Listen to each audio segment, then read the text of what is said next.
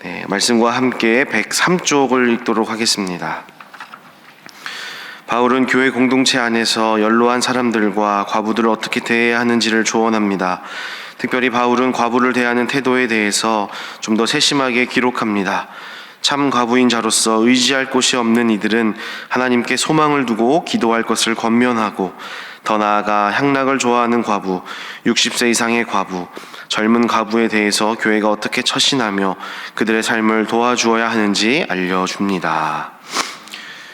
우리 계속해서 디모데전서의 말씀을 살펴보고 있습니다. 오늘 우리가 읽은 5장에서는요, 바울이 에베소 교회를 목양하는 디모데에게 성도들을 어떻게 목양을 해야 되고 또 대해야 하는지 일종의 목회 지침을 알려주고 있습니다.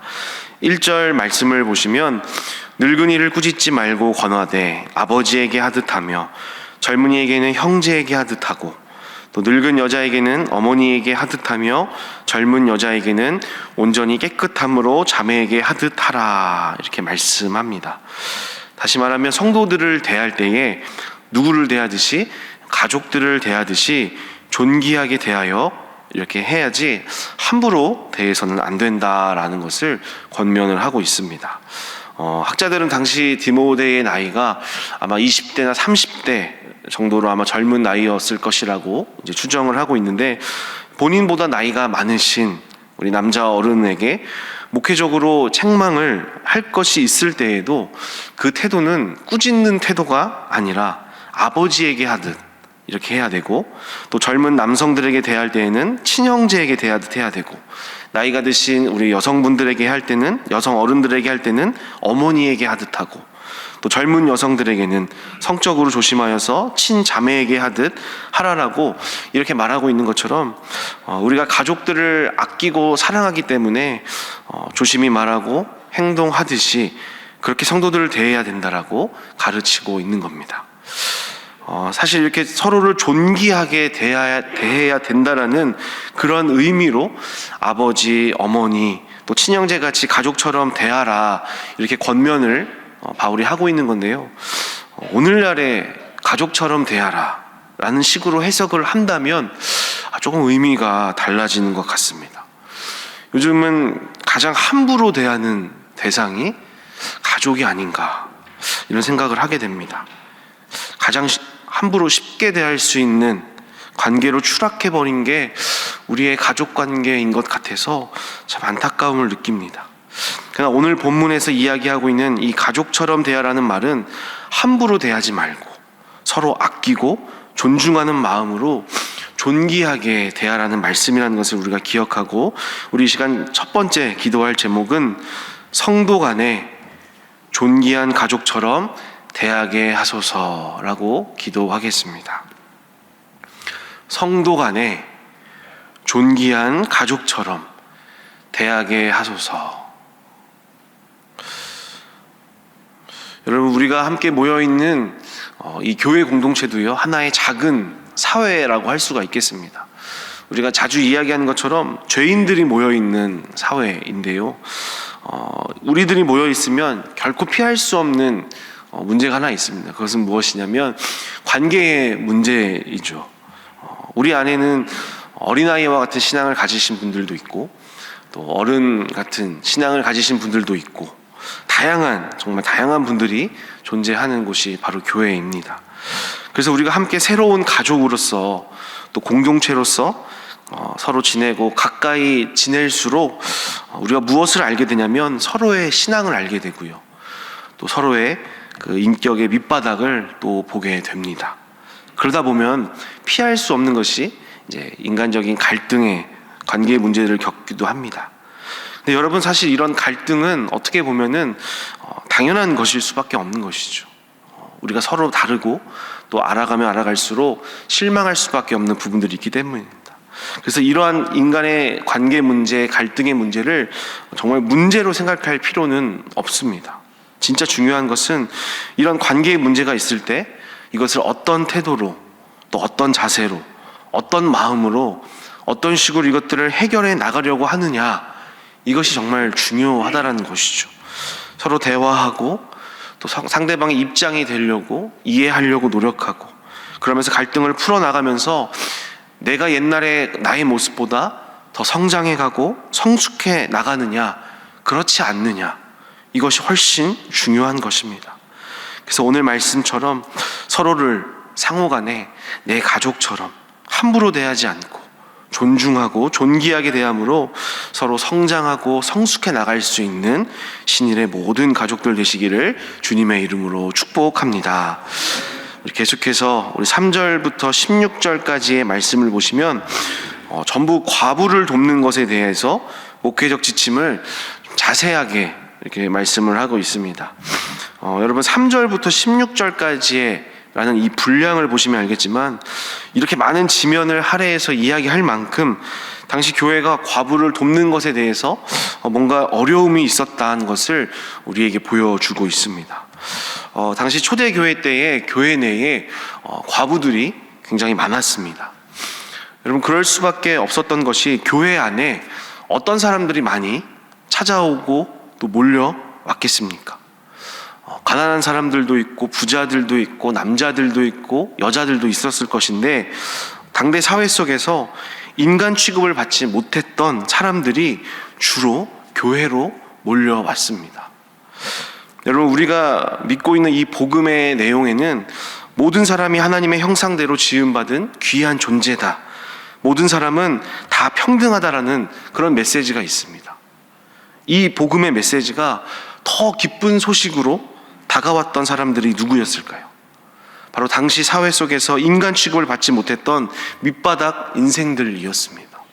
가부장제 아래에서 지배당해온 여성들, 또 신분제 사회에서 억눌려 있었던 노예들, 종들, 바로 이러한 사람들이었습니다.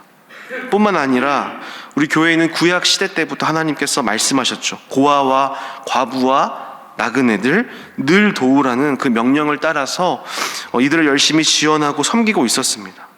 그래서 이제 초대교회에 남편들로부터 경제적 지원을 받을 수 없었던 과부들이 이제 많이 교회 안으로 들어왔고, 교회는 이러한 과부들을 섬기고 돕고 있었습니다. 근데 문제가 되는 시점은, 이제 교회 안으로 들어온 과부들은 굉장히 많았는데 이들을 도와줄 수 있는 교회의 자원은 한정될 수밖에 없었기 때문에 조금 더 정밀한 그런 목회적 지침이 필요했었던 것이죠. 그래서 3절 말씀을 보시면 참 과부인 과부를 존대하라, 이렇게 이야기를 합니다. 여러분, 참 과부가 뭘까요? 참 과부. 참 과부라는 말은 정말 도와줘야만 살 수 있는 그런 과부들을 이야기를 하고 있습니다. 정말 어떤 혈연 관계도 내 주변에 이제 남아있지 않아서 스스로의 힘으로는 살 수 없는 그런 과부들을 의미를 합니다. 근데 반대로 남편 외에 다른 가족들이 남아있어서 도움을 받을 수도 있는 그런 과부들도 있었습니다. 그래서 4절 말씀을 보시면, 만일 어떤 과부에게 자녀나 손자들이 있거든 그들로 먼저 자기 집에서 효를 행하여 부모에게 보답하기를 배우게 하라. 이것이 하나님 앞에 받으실 만한 것이니라. 이렇게 바울이 이야기를 하고 있습니다. 앞에서 말씀드린 것처럼 교회가 힘없는 어려운 사람들을 도와야 하는 것이 마땅한데, 과부라고 해서 모든 과부를 다 도와줄 수 없는 상황이었기 때문에 정말 도움이 필요한 그 과부들을 교회가 돕고, 가족들이 있어서 지원을 받을 수 있는 과부들은 가족들로 하여금 돕도록 해라. 이것이 하나님께서 기뻐 받으시는 일이 된다라는 것을 말씀하고 있는 겁니다. 8절 말씀을 보시면 그런 의미에서 권면을 합니다. 누구든지 자기 친족, 특히 자기 가족을 돌보지 아니하면 믿음을 배반한 자요 불신자보다 더 악한 자니라, 이렇게 말씀하고 있습니다. 이런 가족들이 있었던 것이죠. 가족 구성원 중에 과부가 있는 가족들이 이 과부를 돌보지 않는 겁니다. 그리고 오직 교회에 다 그냥 떠맡기는 겁니다. 교회가 다 섬겨주고 다 알아서 해주니까 자신들이 짊어져야 될 의무를 감당하지 않는 사람들이 있었습니다. 그들로 하여금 바울은 가족을 돌보지 않는 사람들을 믿음을 배반한 자요 불신자보다 더 악한 자라라고 강하게 책망하고 있습니다. 그래서 이 시간 이 말씀을 따라서 우리가 기도할 두 번째 제목은요, 나의 가족을 책임 있게 돌보게 하소서라고 기도하겠습니다. 나의 가족을 책임 있게 돌보게 하소서. 혹시 여러분의 가족들 중에 몸이 아프거나 상황과 환경이 참 여러 가지로 힘들고 어려움 가운데 있는 그런 가족들이 혹시 있지는 않으십니까? 하나님께서는 그분들에 대한 1차 책임을 바로 여러분에게 지워주셨습니다. 오늘 기도하실 때 우리 고난 중에 있는 우리 가족들을 위해서 여러분 간절히 하나님 앞에 기도하시고, 또 그동안 연락이 뜸했다라고 한다면 또 연락하시고, 여러분에게 주신 귀한 은사와 달란트, 또 여러분에게 주신 또 재정과 시간들을 들여서 최선의 것으로 우리의 가족들에게 힘이 되어 주셔서 하나님의 큰 기쁨이 되시는 저와 여러분 되시기를 주님의 이름으로 축복합니다. 우리 계속해서 말씀을 보겠습니다. 앞에서 얘기한 대로 정말 도와줘야만 되는 과부들에 대해서 구체적인 자격 요건을 명시합니다. 9절 말씀해 보시면, 과부로 명부에 올릴 자는 나이가 60이 덜 되지 아니하고, 다시 말하면 60이 넘는 사람들, 그 다음에 한 남편의 아내였던 자로서, 또 10절에 선한 행실의 증거가 있어 혹은 자녀를 양육하며 혹은 나그네를 대접하며 혹은 성도들의 발을 씻으며 혹은 환난당한 자들을 구제하며 혹은 모든 선한 일을 행한 자라야 할 것이요, 이렇게 말씀하면서 나이와 이 품행의 자격 요건들을 제시를 하고 있습니다. 사실 이렇게 과부로 명부를 올린다라는 의미가 두 가지가 있습니다.